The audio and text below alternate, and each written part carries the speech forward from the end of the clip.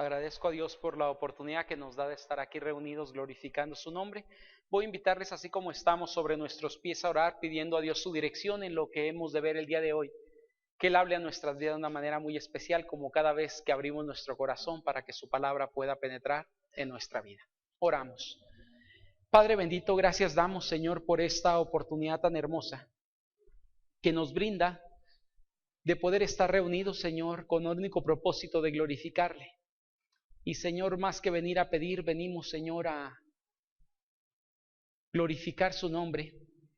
Y venimos también, Señor, a escuchar lo que usted ha puesto para el día de hoy hacia nuestras vidas.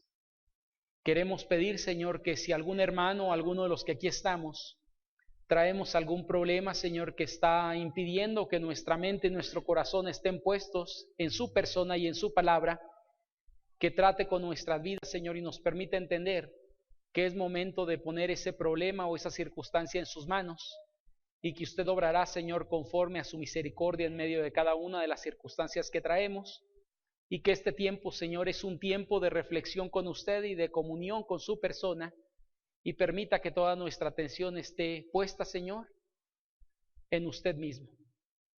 Gracias damos, Señor, por lo que usted ha preparado, porque sin duda era estar hablando, Señor, a nuestra vida.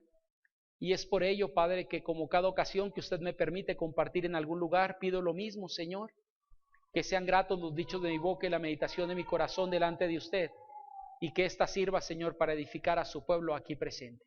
En Cristo Jesús pedimos y agradecemos de antemano lo que estará haciendo en nuestras vidas. Amén. Podemos tomar nuestros lugares, hermanos. Que el Señor bendiga nuestras vidas. Agradezco a Dios por esta oportunidad, como decía ahorita, de que nos permite estar en este lugar, venir con el deseo de escuchar de su palabra, y sin duda creo que Dios estará hablando a nuestras vidas, como cada ocasión que abrimos su palabra y que su Espíritu Santo trata con nosotros momento tras momento. Voy a invitarles, queridos hermanos, a ir a un pasaje donde estaremos reflexionando estos próximos minutos, que se encuentra en el capítulo número 8 de Mateo, versículos del 14 al 17.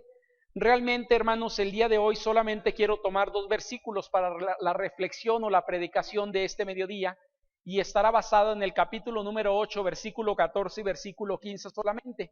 Voy a tomar una historia que la mayoría conocemos o hemos escuchado, de la sanidad de una mujer que era la suegra de Pedro. El pasaje nos narra de forma general, para aquellos que llegaron un poquito después o no lo leyeron, nos narra por ahí la historia de Jesús. Al terminar por ahí el capítulo anterior, es el Sermón del Monte. Al día siguiente, que es posiblemente un sábado, él está en la sinagoga el día de reposo, compartiendo algunas enseñanzas, por lo que entendemos en los primeros versículos del capítulo 8. Y en el verso número 14, Jesús llega a la casa de Pedro. Para algunos la casa de Pedro era como el lugar estratégico que Jesús tenía cuando estaba en esta región de Capernaum, compartiendo el mensaje de salvación, y todo el ministerio parecía como si esto fuera el lugar donde él salía, y ahí recuerden que él no tenía una casa, reposaba en algunos lugares su cabeza, y la casa de Pedro posiblemente estaba dispuesto para ello. Cuando él llega, se encuentra un problema dentro de la casa de Pedro. La suegra de Pedro, no que estuviera ahí, sino el problema es que estaba enferma. Entonces, cuando la ve enferma, él extiende su mano para dar sanidad a esta mujer, y encontramos la sanidad de ella. Ahora, quisiera yo recalcar algunas cuestiones, hermanos, en la prédica que estaré tocando el día de hoy. El proyecto de Dios para nuestra vida. El título de esta prédica, hermanos, está basado por ahí en el capítulo 8, versículos del 14 al 17, en particular versículo 14 y 15, y lleva por título el proyecto de Dios. Quise tomar esto, hermanos, porque creo que en el título que doy a la predicación, no trato por ahí de atropellar nada, sino creo que es el proyecto que Dios tiene para cada persona, tanto en el Antiguo como en el Nuevo Testamento. Es decir, alguien que no conoce a Jesucristo, que no conoce al Dios en el cual creemos, Dios tiene un proyecto para esas personas, como lo ha tenido para la nuestra también. Encontramos, creo, los mismos parámetros. Por eso quiero tocar a esta mujer en la prédica del día de hoy, y analizar algunas condiciones que ella tenía, que son las condiciones que creo que cualquiera de nosotros en algún momento teníamos en nuestra vida, lo que Dios hace por nosotros y cuál es el fin de que Dios nos haya alcanzado. Creo que en todos aplica lo mismo. Las 3 cosas o 3 condiciones que voy a poner el día de hoy son palpables para la suegra de Pedro, como eran palpables para la vida de un hombre llamado Abraham, como lo era para Moisés, como lo es para Pablo, o como lo fue para Pablo, y como lo es para cualquiera de nosotros el nombre que tengas. Es decir, las condiciones que aquí vemos son tres cosas que me gustaría compartir contigo en base al proyecto de Dios para nuestra vida. Podemos ver, hermanos, que cada persona que se encuentra con Dios recibe una misión de parte de Él. Decía ahorita algunos de los personajes que mencioné, por mencionar solamente algunos. Hay otros que son más visibles, pero cualquiera de ellos, cuando Dios se topa con ellos, Dios tiene una misión para cada uno de ellos, y siempre creo que tiene que ver con la misma cuestión: cumplir la voluntad de Dios en este mundo a cada persona que Él encuentra. Recuerda, Dios llama a un hombre, por ejemplo, llamado Josué. Cuando Dios le llama, ¿cuál era la labor que Josué iba a desarrollar? Hacer la voluntad de Dios, y esa voluntad de Dios era que Él introdujera a la tierra prometida al pueblo que había salido de Egipto hacia esa tierra prometida.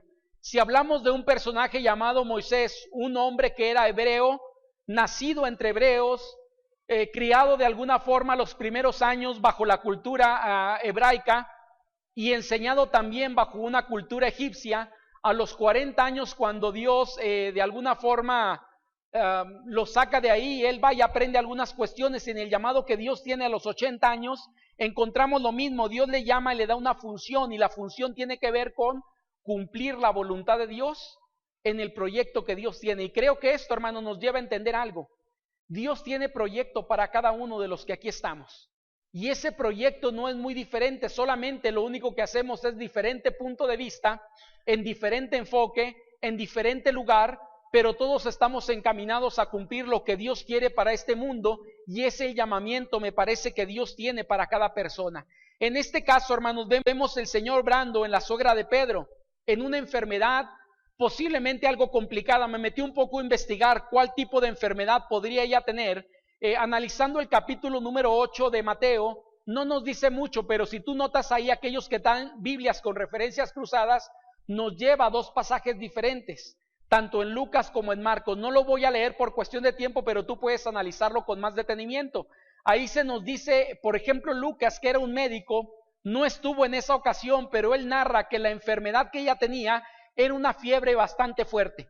Analizando un poquito los documentos de aquel entonces, se dice que habían tres tipos de fiebres que normalmente la gente padecían en aquel entonces. Número uno, la fiebre de Malta, que era una enfermedad que algunos tenían en esta época del Señor Jesucristo y en esta región, que llevaba a la gente a padecer fiebres bastante altas, dolores de cabeza intensos, y en algunas ocasiones padecía también agotamiento, anemia, y muchas de las ocasiones la persona después de algún tiempo llegaba a la muerte. Otra que era la fiebre intermitente. Analizando un poco este tipo de fiebre, sería como hoy en día la fiebre tifoidea. Quien ha vivido este tipo de cuestiones, la fiebre tifoidea llega por un momento, está ahí, desaparece por algún tiempo y vuelve a dar después de otro tiempo más. Por eso le llamaban fiebre intermitente. Y la última de ellas sería la malaria, que era el problema tal vez más común en esta región. Eran por el río Jordán y lo que estaba ahí cerca, hermanos, había mosquitos que se producían, y al momento del mosquito picar y acercarse a la gente producía algo llamado lo que es la malaria. Esta era una fiebre también bastante complicada, con dolores de cabeza bastante fuertes y algunas cuestiones médicas complicadas. No sabemos cuál sea el problema que ella tenía, pero lo que Lucas nos dice en la narración que hace en su evangelio es que era una fiebre bastante alta y con algunas complicaciones que esto tenía. Es lo que nos narra el pasaje. No me voy a tratar de indagar cuál de las tres era, porque será imposible. La mayoría llega a la conclusión que posiblemente era la malaria más que las dos primeras. Pero ese no es motivo de la predicación. Más me gustaría ver el contenido de la Biblia que analizar cuál era la enfermedad que esta mujer tenía. Lo comento, hermano, solamente para decir, el problema que tenía no era una fiebre por una gripa, sino algo posiblemente bastante complicado, y Jesús va a hacer el milagro con esta mujer. Te voy a invitar a que vayamos al pasaje en esta tarde y veamos el proyecto de Dios para la persona que Dios le conoce o Dios alcanza.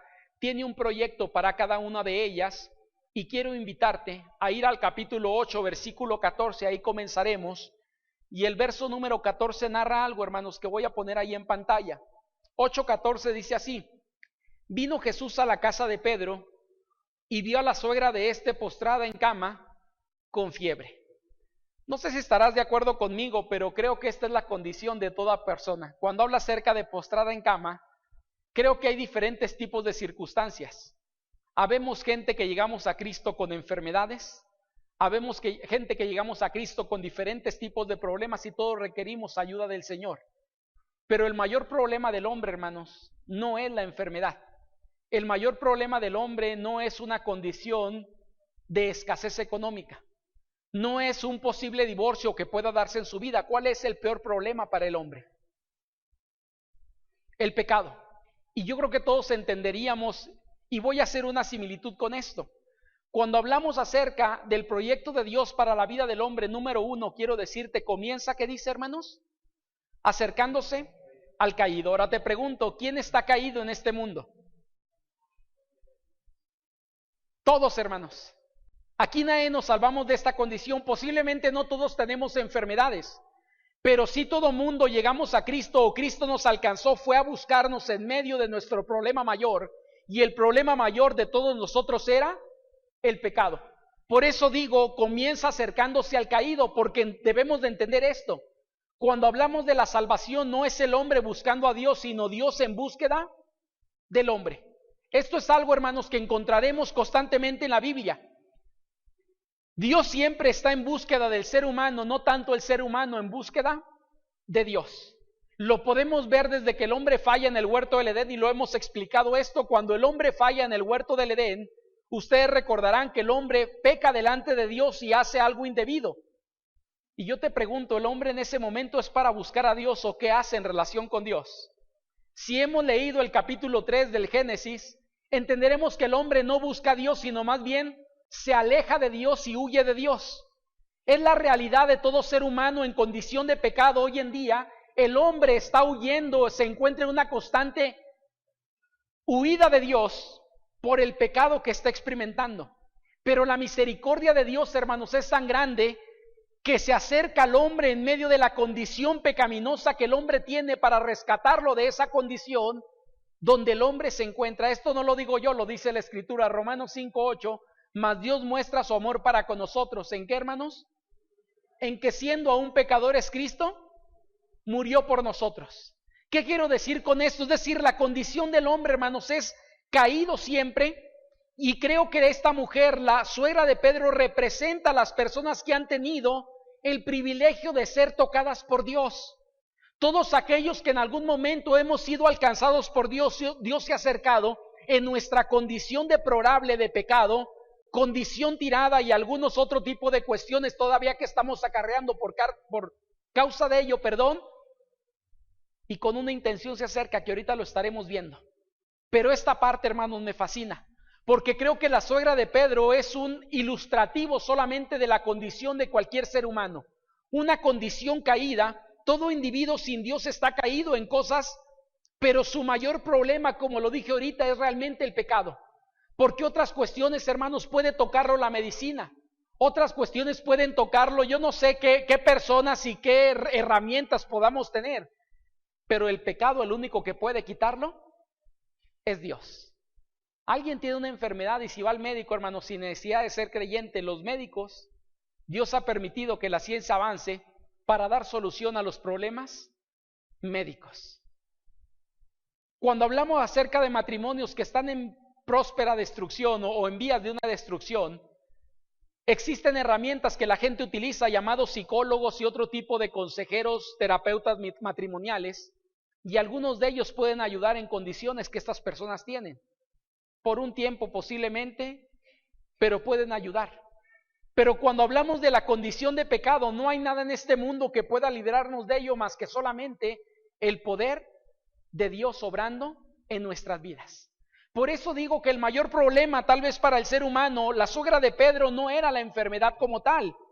Eso representa en algún momento a alguien que no podía hacer algo por su condición, como tú y yo no podíamos hacer nada por nuestra condición de pecado, y la gente que vive afuera hoy en día no puede hacer nada por su condición de pecado, no puede salir de esa condición por sí misma, porque esto es imposible. Es un asunto que tiene que arreglarse espiritualmente, y el único que puede dar solución a las condiciones espirituales es Dios, hermanos, no nosotros. Los pasajes paralelos, hermanos, narran que las personas piden la intervención de Jesús ahí. Es decir, si tú lees el capítulo 8 que estamos ahorita, nos dice que Jesús ve a esta mujer en la enfermedad. Pero si fueras a Lucas y si fueras a Marcos, que son los paralelos de este pasaje, la gente pide la intervención de Dios. Cuando Jesucristo llega a la casa de Pedro, la gente le dice: haz algo por la suegra de Pedro, ayúdale en la enfermedad que tiene. Vuelvo a decir, puedes leerlo en Marcos, puedes leerlo en Lucas y encontrarás esto. ¿Qué quiero decir con esto, hermanos? Es imposible que alguien pudiera ayudar a esta mujer como alguien pudiera ayudar a alguien en su condición de pecado. Dios sigue hoy en búsqueda de aquellos que están sumidos en su condición deplorable, porque quiero decirte algo, a Dios no le gusta ver a la gente en su pecado.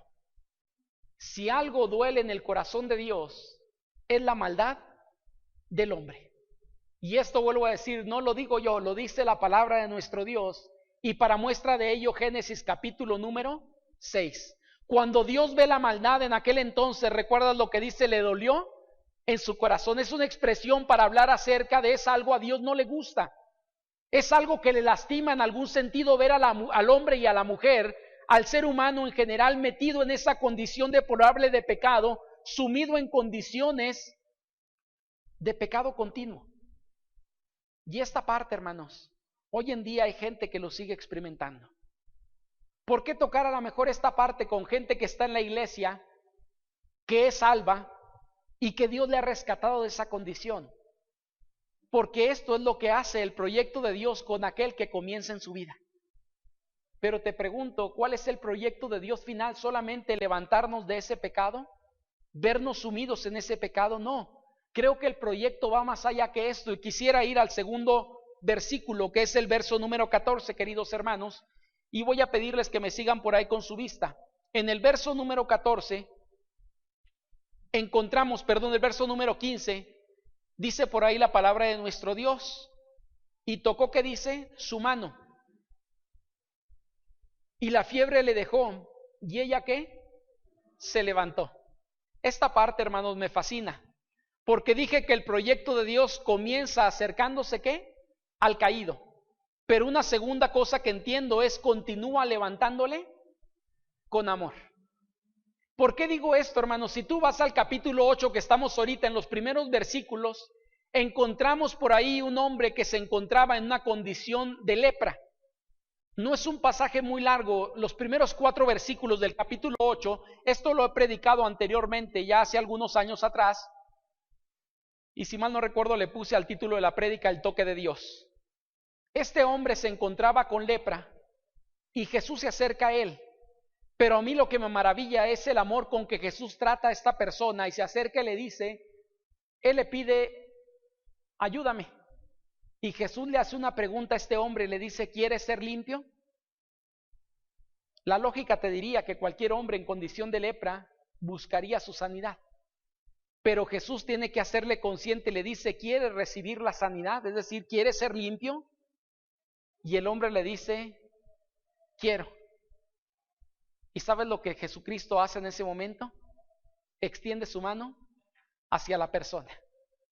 Ahora, en el capítulo 8, queridos hermanos, hay 2 ocasiones que Jesús está extendiendo la mano, y normalmente las 2 condiciones que hay es para 2 enfermos, un hombre leproso y el otro sería la suegra de Pedro. No sé qué te haga sentir esto, pero cuando alguien se acerca y extiende la mano a uno que está caído, es una muestra de misericordia. Y la misericordia, hermanos, es el amor de nuestro Señor demostrado hacia nuestras vidas. La palabra misericordia viene de 2 términos, como algunos lo sabemos: miserios y cardios. Corazón al que no vale nada o no tiene nada. Amor hacia aquel que no tiene nada que ofrecer. La suegra de Pedro no había nada que pudiera ofrecer, y Jesús extiende su misericordia extendiendo su mano para levantarle de esa condición. Al hombre leproso no había nada que él pudiera ofrecer. Recordemos que la gente no se acercaba a este tipo de personas, y Jesús extiende su mano para levantarle de esa condición. ¿Cómo se llama esto, hermanos? Creo yo que es esto solamente una muestra del amor de Dios, como ha sido una muestra también para nuestra vida. El día que Dios nos levantó de nuestra condición de pecado, no nos levantó porque lo mereciéramos, lo levantó solamente por una expresión de su gracia, mostrando su misericordia hacia nosotros para quitarnos esa condición en la cual estábamos viviendo. Alguien podría decir: pastor, yo no era un pecador como otros, había otros peores que yo solamente era un mentiroso. Y lo que yo digo es lo siguiente: para Dios la mentira es lo mismo que cualquier otro pecado. Quien está en condición de pecado, no hay condiciones peores y mejores. A nuestros ojos tal vez sí, hermanos. Yo he dicho esto: a veces no te da lo mismo darle la mano a un violador que a un mentiroso, para nosotros. Pero para Dios lo mismo es uno que lo mismo es el otro. Porque el pecador es pecador, y Jesús extiende su mano hacia esta mujer en necesidad que experimentaba. Jesús, al cual, hermanos, en algunos otros episodios anteriores, extiende también su mano en muestra de amor hacia la gente que se encuentra en problemas. Esto nos muestra que Dios no se pavonea, hermanos, de la condición de miseria que la gente vive, sino le duele la condición que la gente experimenta. Lo he dicho yo en algunos momentos. Tristemente habemos creyentes a veces que cuando alguien está sumido en pecado, en lugar de dolernos nuestro corazón, nos alegramos porque es alguien a quien no toleramos del todo o quien no nos cae tan bien. Y tristemente he visto personas el decir: pues ándele, para que se le quite está ahí. Y yo digo: qué tristeza, porque Dios no nos dice: estás ahí, ándele, qué bueno, para que se le quite y pueda entender. ¿Sabes que Dios siempre manifiesta su amor para con nosotros?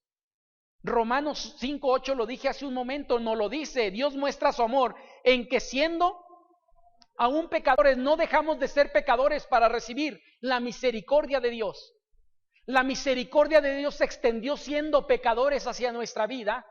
Y hoy en día, hermanos, no habemos cristianos perfectos, y su misericordia se sigue extendiendo hacia nosotros momento tras momento. Por eso digo, Dios no se pavonea cuando ve a alguien caído, sino le duele el corazón. No sé cómo llamarlo, entiéndame esto, es una expresión que no encuentro para dar en el sentido espiritual, pero la doy desde el punto de vista humano. Le duele el corazón al ver a la gente así, se acerca a ellos para extender su mano y levantarles de la condición en la cual se encuentran.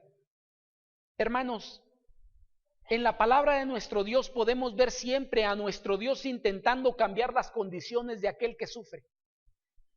Y más cuando hablamos de pecado. Tristemente la gente no entiende esto. Y la gente prefiere quedarse en su condición de pecado, sufriendo las consecuencias de ese pecado, que dejarse levantar por Dios en su vida. No me dejarás mentir con esto, pero hemos compartido el evangelio con muchas personas. ¿Y qué es lo que la persona dice? No, yo prefiero quedarme con lo que yo creo. Me quedo con aquello que mis padres me enseñaron. Me quedo con lo que mis abuelitos me heredaron. Me quedo, es más, sin nada en algunos casos, así soy feliz. Y uno ve que la felicidad no la encuentran por ningún lado, pero ellos prefieren quedarse ahí y rechazan la misericordia de Dios en sus vidas. Por el pecado, hermanos, que está en esta gente, como algún día también estuvo en nosotros. Y yo digo, no somos muy diferentes a esas personas. Algunos decimos: porque ellos no entienden. Sabes, cuando veo mi propia vida me doy cuenta de algo. Yo era un ejemplo perfecto de ellos también, y lo fui por muchos años. Mis padres me acercaron a la vida cristiana desde pequeño. Mis padres se habían convertido 2 años antes de que yo naciera, y crecí dentro de un ambiente cristiano. ¿Y sabes cuánto tiempo tardó Dios en doblegar mi corazón duro? 15 años. Quítale 6 a lo mejor en los que no fui consciente de muchas cosas, pero de los 7, 8 que fui consciente ya de lo pecador que era, Dios estuvo tratando conmigo, y a los 15 años doblegó lo que yo era. ¿Qué quiero decir con esto, querido hermano? Que habemos personas que hemos llegado a Cristo a lo mejor a los 40, 50 años. Ese tiempo fue el que Dios estuvo trabajando contigo. No nos desesperemos con aquellos que quieren estar en esa condición, porque por mucho tiempo tú y yo fuimos parte de aquellos que estuvieron así. Pero ¿sabes algo? El amor de Dios no se ha cortado. Sigue extendiéndose a esas personas y sigue buscándoles con el mismo amor, con la intención no de burlarse de la condición, sino de levantarlos en medio de esa condición que ellos experimentan, para que hoy puedan ser hijos de nuestro Señor Jesucristo, de nuestro Dios, por medio de la obra hecha por Jesucristo. Esto, hermanos, debe llevarnos a actuar como Él e ir en pos de aquellos mostrando nuestro amor o el amor de Cristo hacia sus vidas. Yo no sé qué te provoca de verdad el ver a la gente necesitada allá afuera en la condición de pecado. Habemos gente que decimos, y conformo parte de ellos, por eso digo decimos, es que les gusta vivir en su pecado.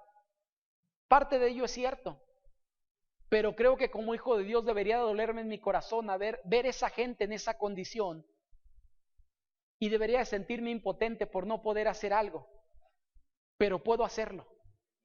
Ahora, ¿por qué a lo mejor esta prédica que estoy compartiendo contigo, hermanos, estamos a una semana, unos días, 6 días en particular, de un evento de gran magnitud para nuestra iglesia? Un evento que convocará a 1,000 personas.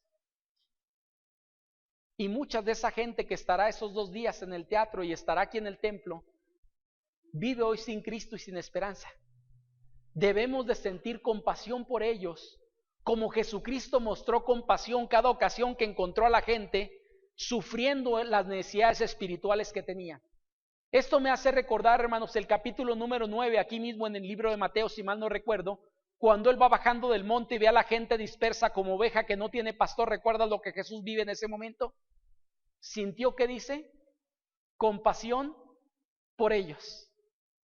Y la compasión implica un actuar, hermano, en nuestras vidas. No sé si estás de acuerdo conmigo, pero la compasión, una cosa es sentir lástima y otra cosa es sentir compasión por alguien. La lástima nos lleva solamente a decir, pobrecito, ni modo, hay que se quede. Pero la compasión nos lleva a extender la mano hacia esa persona, porque la palabra compasión también tiene una palabra compuesta. Y parte de ello es pasión. Un mover en nuestra vida por aquella gente que se encuentra experimentando necesidad en ellos. Jesús en aquella ocasión, Él dice, ve a la gente, sintió compasión por ellos. ¿Y qué es lo que hace? Les comparte el mensaje que Él traía como el Salvador que era, y dura algunas horas compartiendo con ellos ese mensaje. Tú y yo somos llamados para ello. Por eso digo, número 1, dijimos, el proyecto de Dios comienza acercándose al caído, continúa levantándose con amor. Pero voy a una tercera cosa, hermanos, que encontramos en el versículo 15. Ve a la mujer, se acerca a la mujer y extiende su mano. Y el versículo 15 nos narra qué sucede con esa mujer, la suegra de Pedro. No se nos dice el nombre, pero se nos dice una cualidad, hermanos, en ella. El verso 15 nos dice la segunda parte o la parte B, dice, y ella se levantó y ¿qué, hermanos? Le servía. No sé qué te muestra este pasaje, pero a mí me maravilla, hermanos. ¿Se acuerdan lo que dije de los 3 tipos de fiebres que daban? En cualquiera de los 3 había una condición de deterioro, de desgaste y de otras cuestiones relacionadas con falta de ánimo. Cuando Dios sana a esta mujer, para mí es impresionante que lo primero que ella hace después de ser levantada es que, hermanos, servirle. ¿Sabes? Esto me lleva a sentir alegría, pero me lleva también a sentir tristeza en mi corazón. Porque tristemente habemos gente que Dios nos ha levantado también, pero en lugar de servirle, estamos cómodos esperando que alguien nos sirva. No estábamos desanimados, no estábamos desnutridos en el sentido de tener anemia, pero en medio de ello, hermano, Dios ha hecho una obra con nosotros bastante grande, como para no mover un dedo después de ser salvos ahora para Cristo y para el Señor. Yo no sé cómo se llame esto, pero hay algunas palabras que puedo ponerle. Y una de ellas posiblemente se llama malagradecidos. No sé si quede aquí, pero creo que queda. Porque lo que puedo decirte es lo que encuentro en el pasaje. La mujer, cuando es levantada por Jesús, lo que hace es servirle. Ahora te pregunto, ¿qué crees que haya llevado a la mujer a servirle en ese momento? Yo creo que todos llegaríamos a un mismo entendimiento. La gratitud que hay en el corazón. Mira, tenía un versículo que no apunté, sé que está en Hebreos, pero no lo apunté, y el pasaje nos dice por ahí en Hebreos que servimos por gratitud a Dios. Si alguno de ustedes lo sabe, me lo dice. A grandes rasgos, es un pasaje, es un versículo, pero nos habla acerca de que somos servidores por gratitud a Dios. Lo que quiero decirte es, esta mujer entendió el propósito de Dios. Por eso digo, en el tercer punto, hermanos, que el proyecto de Dios culmina, ¿qué dice? Sirviéndole en gratitud. Cuando digo culmina, no quiere decir que lo es todo, pero Dios no nos levantó, hermanos, solamente porque estuviéramos caídos. No nos levantó solamente porque tuvo misericordia de nosotros. A cada uno que Dios ha levantado, nos ha levantado con un propósito en particular en nuestra vida. Y para ello ha derramado dones, talentos, habilidades para poder ser usados para honra y gloria suya. ¿Alguien encontró el pasaje de Hebreos? 12:28. Si alguien lo tiene, me hace favor de leerlo bien en alto. Hermano Lugo, creo que escuché su voz. Adelante.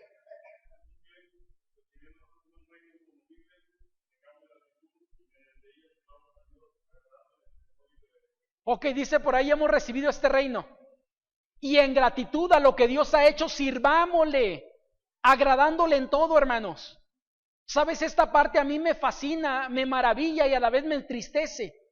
Porque creo que algunos no hemos entendido ese proyecto de Dios para nosotros y nos hemos quedado cómodamente sentados después de recibir la salvación, sin hacer absolutamente algo por lo que Dios ha hecho por nosotros. Y estamos cómodos. Ahora no quiero decirte, hermano, como lo dije la semana pasada, que tengas que estar forzosamente metido dentro de alguna comisión. No necesariamente, hay muchas formas de servir a Dios. Quitemos esa, ¿cómo llamarle? Esa idea que muchos tenemos, que si no sirves dentro de una comisión no estás sirviendo. Hay otras formas de poder hacerlo. Y quiero decirte que esta semana que estamos comenzando, hay formas de poder servir a Dios. Y no todas tienen que ver dentro de una comisión. Si tú has invitado a alguien para estar la próxima semana en el teatro, sigue animando a esa persona para estar ahí. Es una forma de servir a Dios, para que Dios te use, para que alguien pueda conocer el mensaje de Dios para su vida, para que alguien pueda alcanzar salvación, que Dios sea quien toque el corazón de esa persona y le traiga a sus pies y doblegue su corazón duro. Créeme que si te pudiera hablar ahorita de varias cosas, hay muchas cosas en las que podemos servir. La semana pasada lo decía, hay gente que hospedar y gracias a Dios hay gente que dijo, aquí está mi casa, tenemos ya todo eso, gracias a Dios. Esta semana hay necesidad de cuidar niños durante los ensayos del coro por gente que trae niños para esta semana, 2 horas mínimo en cada ensayo. Y hay muchas formas, hermano, no requiere estar dentro de una comisión, se requiere el deseo de decir, puedo servir en algo porque Dios me ha rescatado y lo ha hecho para ello. La suegra de Pedro es un ejemplo vivo de esto. Es interesante que la suegra de Pedro se recupera totalmente y tiene la fuerza ahora para poder servirlo. Y dice, levantándoles, le servía. Algunos tristemente, hermanos, beneficiados por Dios, no somos capaces de hacer nada por la obra de Dios. Y esto creo que es triste. Una iglesia que quiere vivir bajo el proyecto de Dios tiene que desarrollar lo que Dios le ha puesto a hacer, no solamente en su iglesia, sino en su vida diaria. Sabes, mira, te voy a ser sincero, últimamente he estado reflexionando sobre todo esto. Si tú analizas la iglesia del libro de Hechos, no había tantos ministerios y comisiones como esta iglesia tiene. Pero cada uno hacía lo que tenía que hacer, y dice la escritura en el capítulo 2 de Hechos, y el Señor añadía cada día a la iglesia los que habían de ser salvos. No había comisión de evangelismo, no había comisión de misiones, pero quien era un llamado a Dios para predicar el evangelio lo estaba haciendo sin comisión.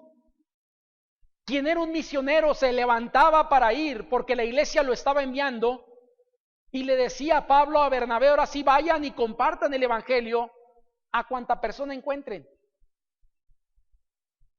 Y esto, hermanos, es hermoso, porque cuando cada quien asume la parte que Dios le ha llamado a hacer, la iglesia despierta y el reino de Dios comienza a avanzar, no por nuestra fuerza, sino por lo que Dios puede hacer. Recordemos el pasaje que decía ahorita, y el Señor añadía, nosotros no seremos capaces nunca de añadir a alguien a la iglesia. excepto que regalemos tortas, ¿no? Pero no va a ser gente convencida, sino gente buscando tener un beneficio por estar aquí. Cuando hablamos de una conversión es solamente una obra divina que Dios puede provocar en la vida de una persona. Nuestros corazones, hermanos, deberían de ser movidos por gratitud. Pero lo decía ahorita, tristemente, creo que hay un padecimiento en muchos congregantes de nuestras iglesias. No digo de esta exclusivamente, en cualquier iglesia hay esto. Y creo que se dan algunos padecimientos como la parte de malagradecidos que somos en algún momento. Que Dios ha hecho grandes cosas por nosotros, pero tú y yo no podemos hacer absolutamente nada por la obra de Dios. No queremos más que no podemos, porque creo que pudiéramos, ya que Dios derramó dones y talentos en nuestras vidas, hermanos. ¿Te has imaginado qué sucedería con una iglesia donde cada miembro o cada congregante desarrolláramos nuestras habilidades, dones y talentos que Dios ha dado? Yo lo he dicho, hermanos, este espacio nos sería insuficiente cada semana. Creo que la obra podría avanzar más. Y digo creo porque no es una obra totalmente nuestra, es del Señor. Pero lo que sí estoy seguro es que habemos muchos que todavía nos falta desarrollar aquello que Dios nos ha llamado a hacer. Dios nos ha rescatado y levantado para que podamos entregarnos, hermanos, para su gloria, podamos glorificar el nombre de Dios en nuestra vida. Y por eso puse como título el proyecto de Dios para nuestra vida. Porque comienza cuando Dios busca al caído, continúa cuando Dios le levanta con amor y culmina cuando aquel que ha sido levantado empieza a servirle en agradecimiento por lo que Él ha hecho por su vida. Ahora, y quiero decir, después podríamos morirnos. Tal vez sí, hermanos. Si cumplimos el propósito de Dios, nuestras vidas ya no serían necesarias aquí en la tierra. Hay un pasaje que siempre me ha fascinado, y no porque lleve mi nombre, sino por lo que dice de este hombre. Hechos 13:36. Si alguien lo encuentra, me hace favor de leerlo. Pero qué bonito sería, hermanos, si de cada uno de nosotros el pasaje cambiáramos el nombre de cada uno de nosotros y pusiéramos ahí nuestro nombre. Qué bonito sería que esto se dijera de nosotros. Creo que esto sería el mejor epitafio que cualquier creyente pudiera tener en su tumba después de que haya muerto. El epitafio, este sería el mejor, o por lo menos yo diría, me gustaría que esto dijeran de mí en algún momento. ¿Qué es lo que dice, hermana Lupita? Porque la verdad, David, habiendo servido a su propia generación según la voluntad de Dios, durmió y fue reunido con sus padres y Dios. Dice por ahí a la verdad, David, habiendo servido a su propia generación, ¿conforme qué, hermanos? La voluntad de Dios. Por eso el título de la predicación es el proyecto de Dios, porque el proyecto de Dios es que cada uno podamos servirle conforme la voluntad de Dios, hermanos. Y yo entiendo algo. Dios no le pedirá lo mismo a mi hermano Daniel, a un servidor o a mi hermana Rosamelia, porque somos tres personas diferentes, dotadas de forma diferente, pero sí nos dirá qué hiciste con lo que yo puse en tus manos. No seremos evaluados conforme a otro creyente, seremos evaluados bajo el parámetro de nosotros mismos. Por eso me gusta lo que dice Hechos 13:36 de David, habiendo servido a su propia generación conforme a la voluntad de Dios, durmió. Omito lo primero del versículo y omito lo último del versículo, hermanos, porque la parte central es lo que me fascina. Imagínate que el día que alguien viera tu tumba, no ahorita, sino ya cuando mueras, y dijera esa tumba, por mencionar un nombre, Isaí sirvió conforme a la voluntad de Dios a su propia generación. Qué bonito sería. La invitación para el día de hoy, hermanos, es: Dios tiene un proyecto para nuestra vida. Y ese proyecto tiene que ver desde el comienzo de Él, cuando nos encontró tirados donde estábamos, hasta llegar a la culminación de este proyecto que nos ponga a servirle conforme a lo que Dios nos ha dado. Quisiera concluir, hermanos, la prédica de este mediodía tomando un pequeño segmento de una poesía de un hombre llamado Oscar Wilde, y esto se llama ¿Cómo usamos nuestros dones? Hay un título que alguien le ha dado a este pequeño pedazo de una poesía en un libro y le puso una belleza terrible. Déjame te leo parte de ello, y son 3 personajes que aparecen. Es algo corto, hermano, solamente es una poesía o una ilustración nada más. Y dice así: Cristo vino de una llanura blanca a una ciudad púrpura, y al pasar por la primera calle, oyó unas voces por encima, vio un joven borracho tumbado en una ventana. ¿Por qué desperdicias tu alma en la bebida?, le dijo. El hombre respondió: Señor, yo era leproso y tú me curaste. ¿Qué otra cosa puedo hacer? Un poco más adelante en la población vio a un joven que iba detrás de una prostituta y le dijo: ¿por qué disuelves tu alma en la concupiscencia? Y el joven le contestó: Señor, yo era ciego y tú me sanaste. ¿Qué otra cosa puedo hacer?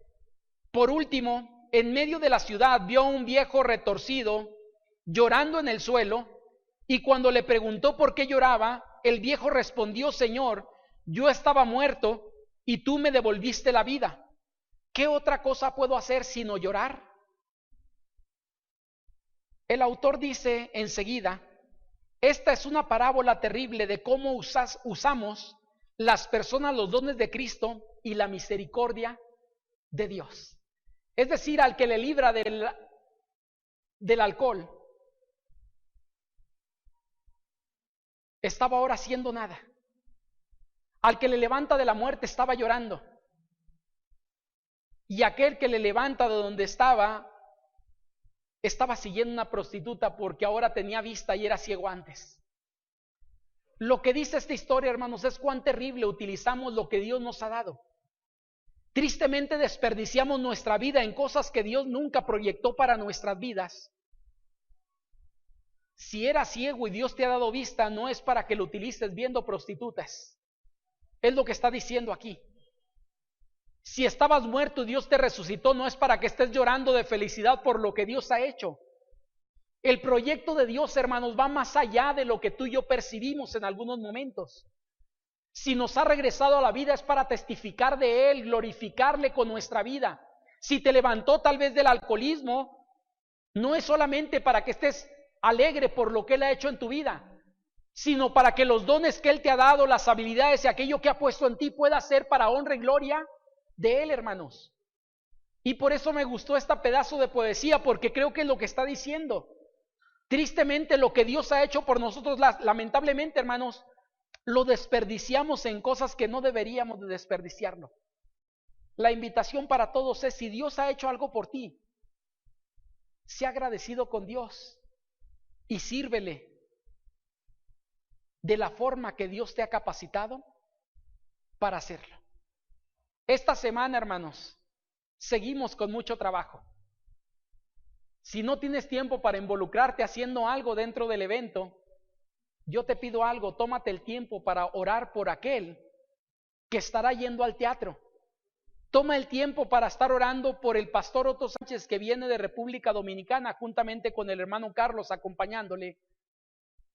Toma el tiempo para orar por el hermano Juan Carlos Salvavera, que llega el lunes para empezar ensayos exhaustivos del coro. Lunes, martes, miércoles. El jueves está ensayando con la orquesta. El viernes orquesta y coro, y el sábado por la mañana orquesta y la presentación del sábado. Por aquellos que estaremos participando en el coro, cada voz, sea solista, sea parte del coro, porque podemos conseguir, si todavía queda algo pendiente por resolver esta semana, que el Señor abra cualquier puerta que sea necesario. Y yo digo, hay muchas formas de servir a Dios. Y recuerda que no fuiste salvado o salvo por Dios solamente porque Dios quería salvarte. Él tiene un propósito más allá que la salvación, y nos lo dice en su palabra. Hemos sido salvos, nos ha rescatado de nuestra manera vana de vivir, para que anunciemos las virtudes de aquel que nos ha llamado de las tinieblas a su luz admirable. Y creo que hay muchas formas de poder hacer esto. Oramos.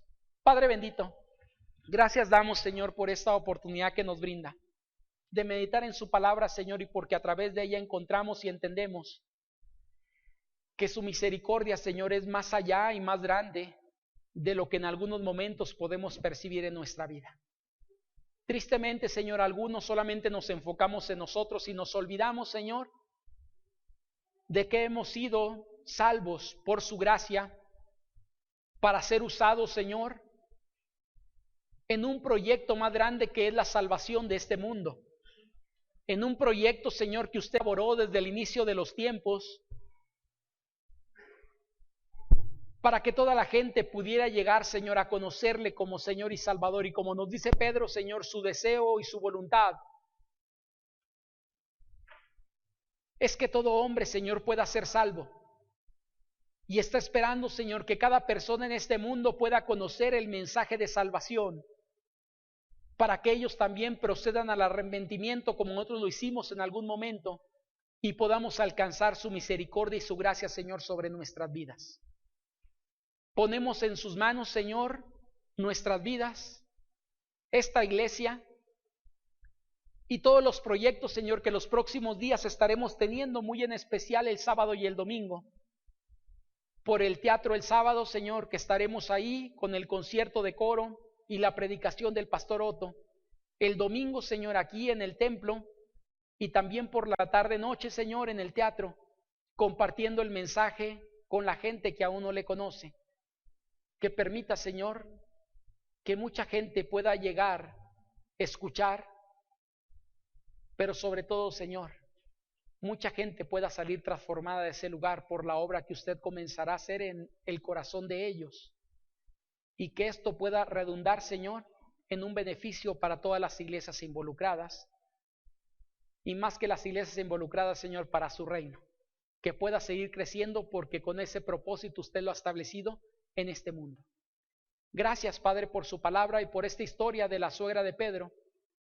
Porque aunque ella tenía una enfermedad física, Señor, creo que los elementos que encontramos podemos aplicarlos a lo espiritual a nuestras vidas y entender que ella se encuentra en una condición deplorable y usted la levanta para llegar a una condición de servicio, lo mismo que para nosotros busca y está haciendo en nuestras vidas. En Cristo Jesús, amén. Que el Señor les bendiga y seguimos adelante.